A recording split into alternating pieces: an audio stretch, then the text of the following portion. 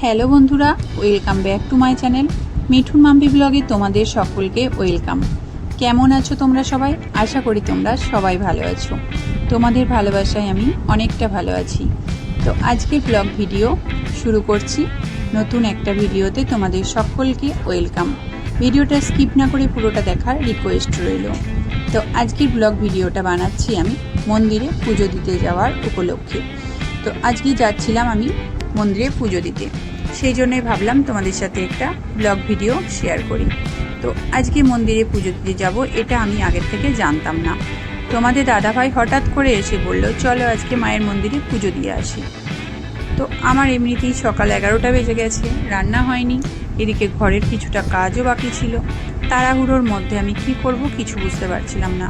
তো এদিকে চালে ডালে সেদ্ধ করে আমি খিচুড়ি করে নিয়েছি। যেহেতু মন্দিরে যাচ্ছি পুজো দিতে, খাবারটা নিরামিষ খেয়ে গেলেই আমার মনে হয় অনেকটা ভালো। তাই জন্য যেহেতু আমরা মন্দিরটাই যাচ্ছি সেই সন্ধেবেলায় পুজো দিতে, তাই জন্য আমরা খাবার খেয়ে গেছিলাম। তো দেখো আমি এখানে চালে ডালে সেদ্ধ করে মশলা কষে দিয়ে দিয়েছি, আর এদিকে রান্না করতে করতে বাকি ঘরের যে কাজগুলো ছিল সেগুলোও টুকটাক করে সারছিলাম। আর এদিকে খিচুড়িটা দেখো ওপর থেকে ঘি দিয়ে তার উপরে সুন্দর করে বাদাম ভেজে আগে থেকে রেখে দিয়েছিলাম, বাদাম ভাজা ওপর থেকে ছড়িয়ে দিলাম, দিয়ে খিচুড়িটা কমপ্লিট হয়ে গেল। একদম সেদ্ধ সাদা সুন্দরভাবে খিচুড়ি করে নিলাম চাল আর মুগের ডাল দিয়ে। আর ওদিকে ঘরের সব কাজ টুকটাক হয়ে গেছে। তো সবাই বাবুকে চান করিয়ে দিয়েছি, বাবুকে চান করিয়ে বসিয়ে দিয়েছি, আমি সোনা বাবাটাকেও চান করিয়ে বসিয়ে দিয়েছি, সবাই রেডি হয়ে গেছে। আর এদিকে আমি করছিলাম ল্যাংচার রেসিপি। তো ল্যাংচার রেসিপি তো আমি আগেই ছেড়েছি, তোমরা ল্যাংচার রেসিপি দেখেছো।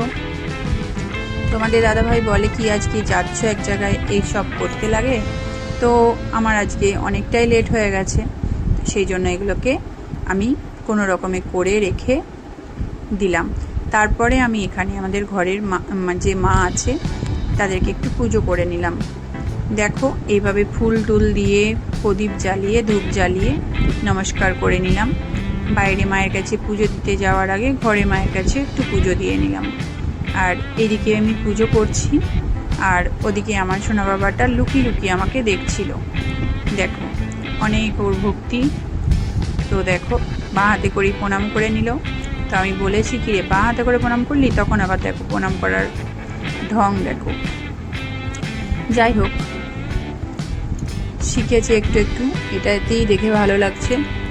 যাই হোক পুজো দেওয়া হয়ে গেল, এবার রেডি হব, তাড়াতাড়ি করে বেরোতে হবে। তোমাদের দাদাভাই ওদিকে তাড়া মারছে, বলছে একটু তাড়াতাড়ি করো তাড়াতাড়ি করো। তো দেখো চুল বেঁধে নিলাম, লিপস্টিক একটু লাগিয়ে নিলাম। আর যেহেতু মন্দিরে যাচ্ছি, মন্দিরে আমার একটু সাদা কালারের ড্রেস পরতেই ভালো লাগে, হয় সাদা কালারের শাড়ি না তো সাদা কালারের ড্রেস আমি একটু পরতে পছন্দ করি মন্দির পারপাসে গেলে। তো দেখো আমি এই সাদা কালারের ড্রেসটা পরে নিয়েছি, কেমন লাগছে তোমরা কমেন্ট বক্সে জানিও। আর এদিকে চুলটা খুলে যাচ্ছিলাম, সবাই বলে কি চুলটা খুলে যেতে হবে না, তাই চুলটা একটু বেঁধে নিলাম। আর হয়ে গেছি মোটামুটি রেডি। পিছন থেকে ডাক আসছে বারবার, তোমার হলো তোমার হলো। তো হ্যাঁ আমার হয়ে গেছে, আমি পুরো রেডি হয়ে গেছি। কন্যা টন্যা নিয়ে সুন্দরভাবে সেজে চুল টুল বেঁধে একদম পরিষ্কার হয়ে গেছি। আর মন্দিরে পুজো দিতে যাওয়ার জন্য কী কী নিয়েছি তোমাদেরকে দেখাই চলো। মন্দিরে পুজো দিতে যাওয়ার জন্য নিয়েছি দেখো এখানে একটা প্যাকেটের মধ্যে কলা, নারকোল, প্রদীপ, মোমবাতি, ধূপ, বেলপাতা, ফুল, যা কিছু লাগে আর কি সব কিছু নিয়েছি। তো আমাদের মায়ের কাছে পুজো দেওয়া হয়ে গেছে। মায়ের কাছে পুজো দিতে গেছি যখন, তখন কোনো ভিডিও ফটোশ্যুট করিনি, কারণ ভগবানের কাছে গেলে আমার মনে হয় ভগবানের দিকে মনটা দিয়ে রাখাই ভালো। সেখানে যদি বারবার ফটো ভিডিও শ্যুট এগুলো করা হয় তাহলে ভগবানকে ডাকাটা ফালতু হয়ে যাবে।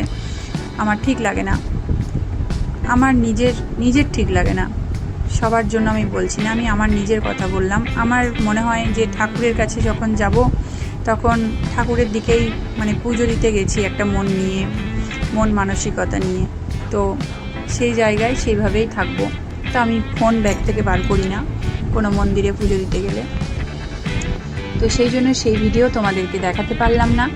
তো মন্দির থেকে বেরিয়ে মন্দিরের অপোজিটে আছে আমাদের এই আরকে বিচ।